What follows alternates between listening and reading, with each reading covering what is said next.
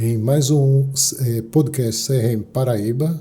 Meu nome é Cláudio Orestes e hoje eu estou com a professora Tereza Tavares, que irá falar sobre doenças raras e algumas doenças genéticas. Professora Tereza. Bem, prazer muito grande estar aqui com o senhor e falar sobre algo tão desafiador que é esse grupo de doença complexa, das doenças raras, né? Então vamos bater um papo, trocar algumas ideias sobre esse grupo de patologias que eu creio que é muito importante. Eu fiquei curioso, assim, doença rara. Eu acho rara uma palavra tão genérica. Como a gente pode entender quando se aplica a doenças? É interessante, bastante interessante até esse seu questionamento, porque nós geneticistas, nós sempre trabalhamos com um grupo de doenças que para nós sempre foi considerado raro, né?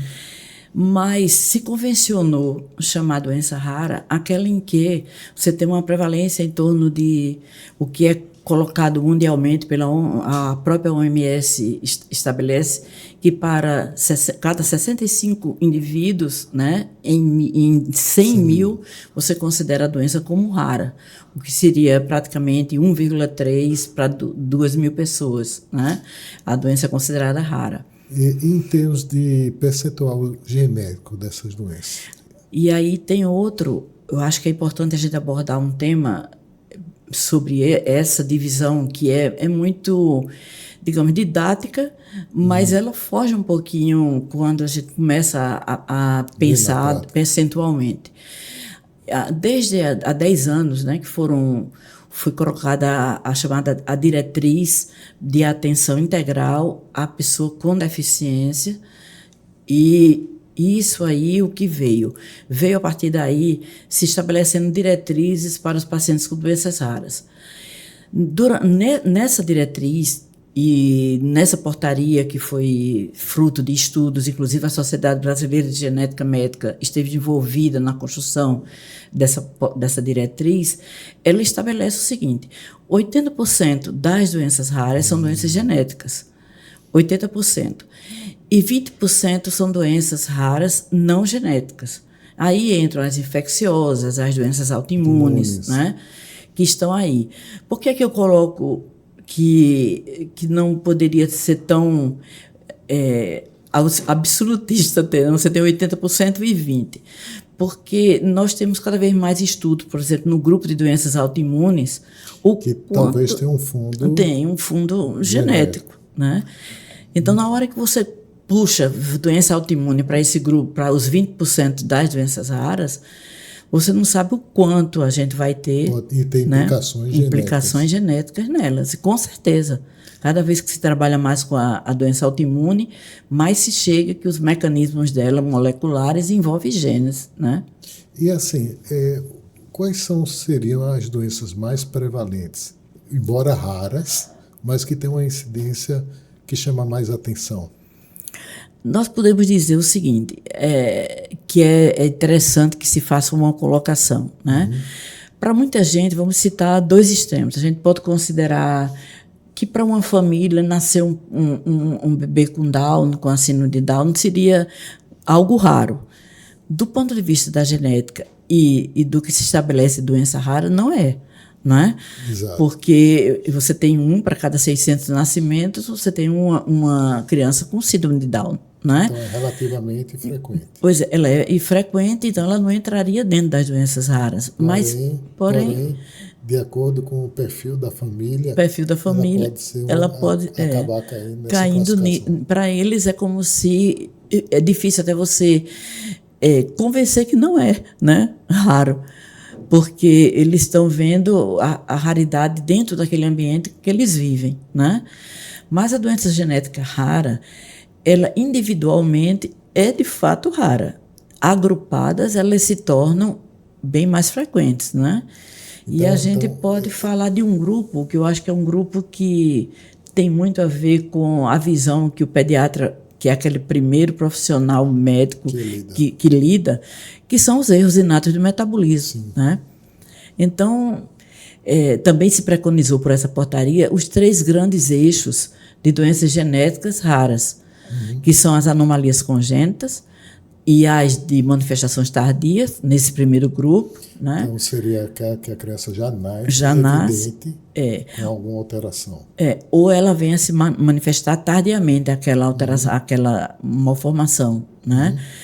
E o segundo item, que seria das deficiências intelectuais, e o terceiro grupo dos erros inatos do metabolismo. Né? Há algumas deficiências intelectuais, ela tem talvez um sinal precoce, mas a grande maioria, às vezes, de acordo com a dinâmica da família, ela só é percebida um pouquinho mais tarde, né? Ela só é perseguida um pouco mais tarde. E tem algo que eu acho tão bom trocar essa informação com o pediatra, né? Que é o fato de minha visão atual. Nós sempre tivemos, e existe na classificação internacional de doença, as deficiências intelectuais. Estão inclusive na portaria. A deficiência intelectual, a leve, a moderada e a severa. No entanto, o que é que nós começamos a ver no nosso dia a dia? É como se, de repente, esse grupo desaparecesse para dar campo a uma questão que gera muita polêmica. Você recebe para um atendimento uma criança já com um diagnóstico de autismo. Sim. Né? Você diz assim, a criança já vem com TEA, né? O transtorno do espectro autista, ou ele vem com TDAH, né? O de hiperatividade. Nesse quadro, embora talvez na minha época de início fosse rara, e hoje a gente vê uma incidência bem elevada. A gente pode considerar o autismo com a doença rara? Não é. Não é. Ela não é. Agora, existe uma complexidade muito grande nessa questão de se fechar um diagnóstico de autismo de fato, né? Porque você tem situações como, por exemplo, a gente tem que citar um exemplo para essa angústia que se cria em relação a um diagnóstico que você já recebe de um colega, com a criança, por exemplo, com traços autísticos, ou então já com TEA, né? Mas aí você pega hoje os exames, que a gente vai adiantar um pouco, discutir mais adiante alguma coisa sobre o avanço dos exames moleculares, mas você pega um exemplo, uma criança com a síndrome de Rett. Sim. É uma criança que você vai ter um desenvolvimento normal até o primeiro ano de vida, é menina, né? Geralmente sexo feminino, né? E começa com aqueles tipos a regressão e o comportamento, os traços que a gente considerava autísticos, né? Os movimentos estereotipados, de lavar as mãos, balanceio de tronco e tal.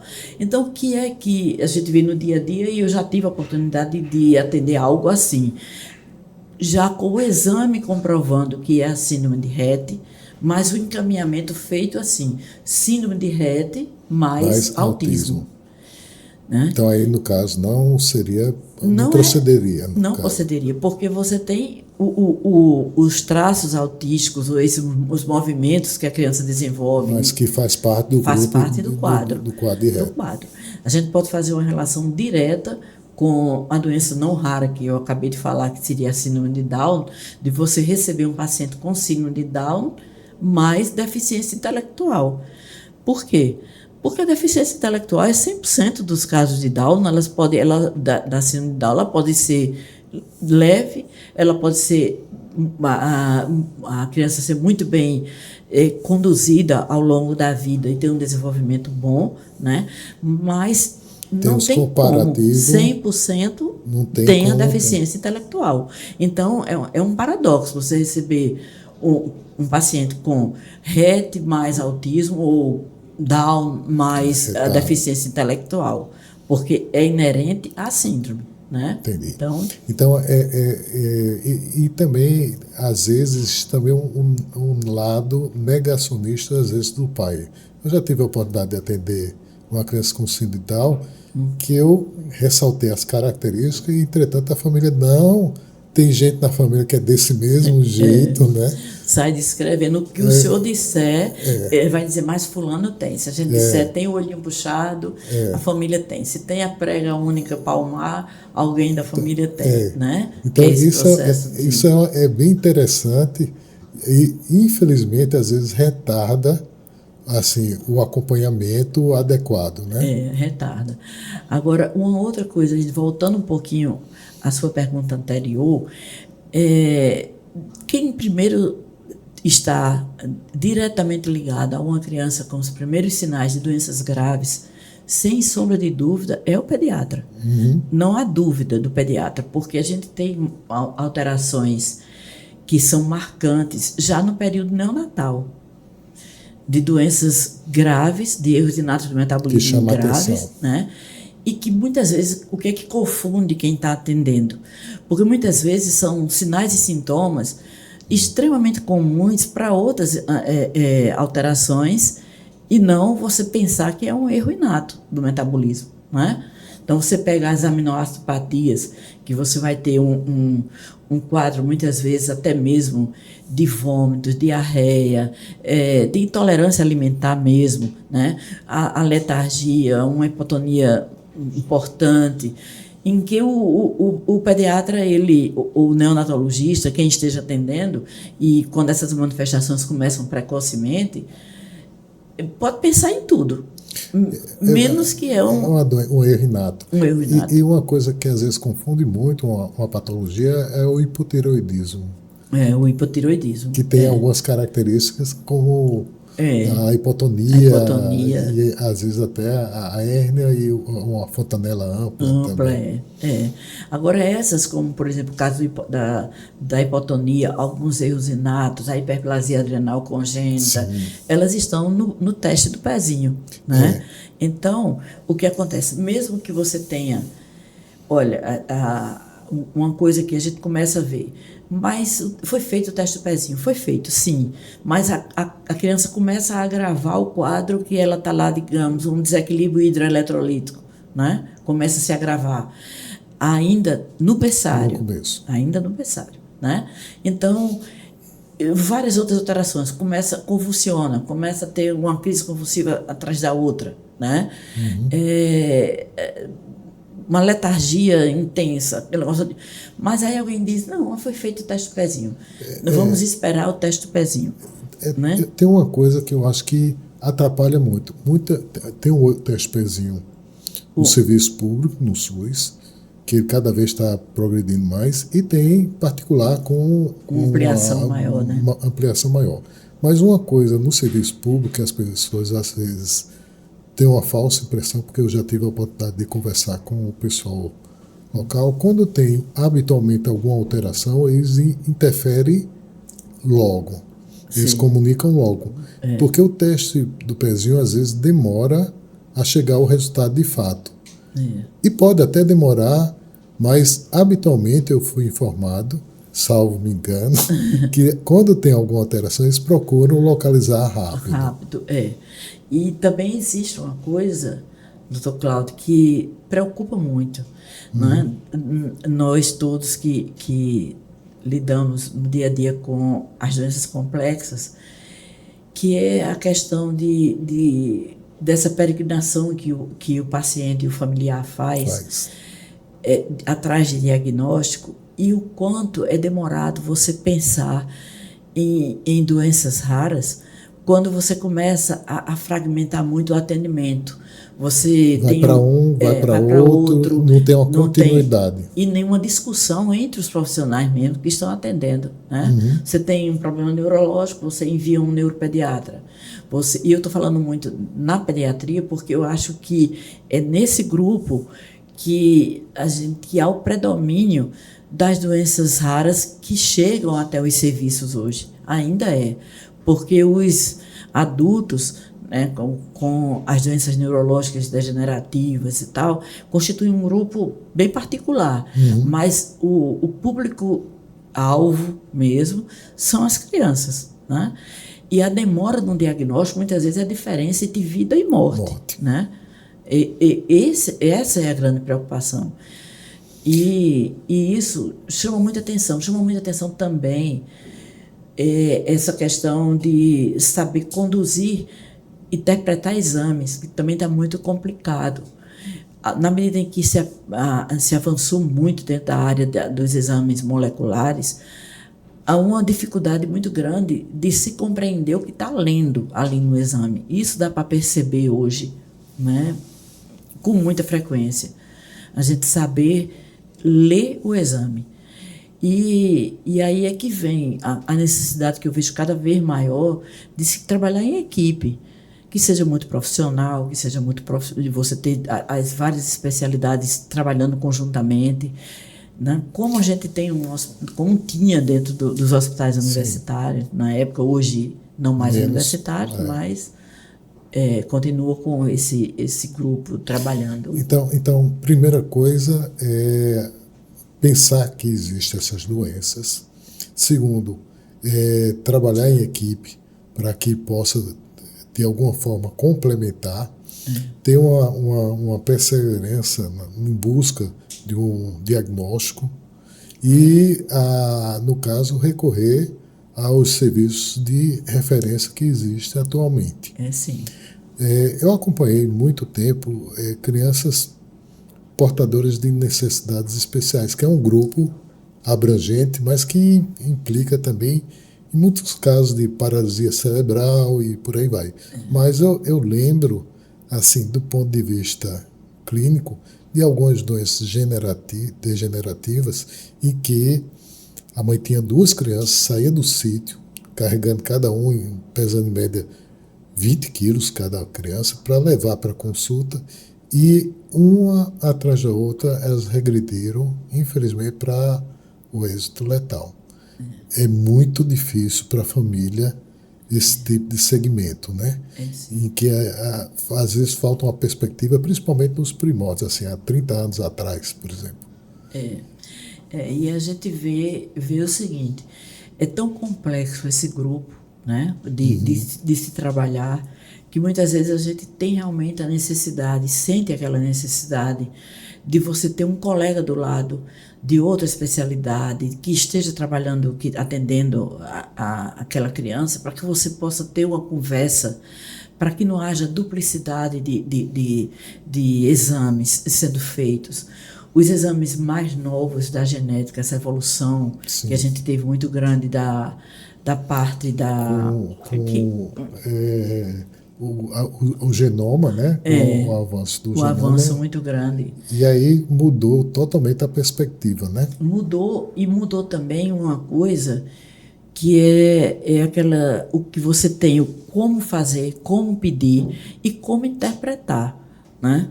Porque existe uma coisa, doutor Cláudio, que eu estou achando muito interessante nessa questão, que hoje eu presto atendimento num centro de referência em doenças raras, né, do município, e o que é que eu começo a ver, né? Observar diferente daquele ambiente que a gente tinha hospitalar e tal. Que cada um, ele chega com um diagnóstico diferente, né? Cada um dentro de uma especialidade diferente. E quando a gente tenta juntar todos num diagnóstico único, e que se torna necessário, aí sim se torna necessário, na grande maioria das doenças raras, o exame molecular hoje ele é imprescindível. Você tem os painéis moleculares para doenças neurológicas, para as amiotrofias, para o caso de você ter o sequenciamento completo mesmo, o exoma, né? São exames que são bastante caros. E eu estou falando isso por uma coisa, difícil também de ser interpretado, porque eu já me confrontei com situações que remetem a algo que eu me lembro ainda como na minha época de professora, que eu costumava dizer, olha, nem toda síndrome tem um epônimo. Você vai dizer síndrome de fulano de tal, não tem mais. Você vai encontrar... Está perdendo essa referência. Você pega aquela questão das síndromes cromossômicas, que elas já vêm designadas pela a região que foi perdida do cromossomo, não é? É o caso da deleção do braço curto, cromossomo 5, aí ela vem descrita desse jeito. Mas para você convencer, não só a família, mas o profissional, que o nome da síndrome é aquele mesmo, deleção do tal... Ele espera já que venha... a síndrome de fulano de tal, né? E vai ficar esperando e muitas vezes pede, olha, vem, eu vou, assim, contar um pouco, porque eu acho que a gente pode trocar a partir daí, ver o que a gente está tendo no dia a dia. Um exemplo que me chamou muita atenção. Eu vi uma criança com malformações múltiplas, né? Só um minutinho. Eu vou pedir um intervalo para a gente continuar em outra etapa, porque a conversa está muito boa e eu gostaria de a gente ter um segundo momento para detalhar melhor esse caso. Certo. Então eu vou pedir a vocês que não percam a segunda parte desse podcast. Obrigado.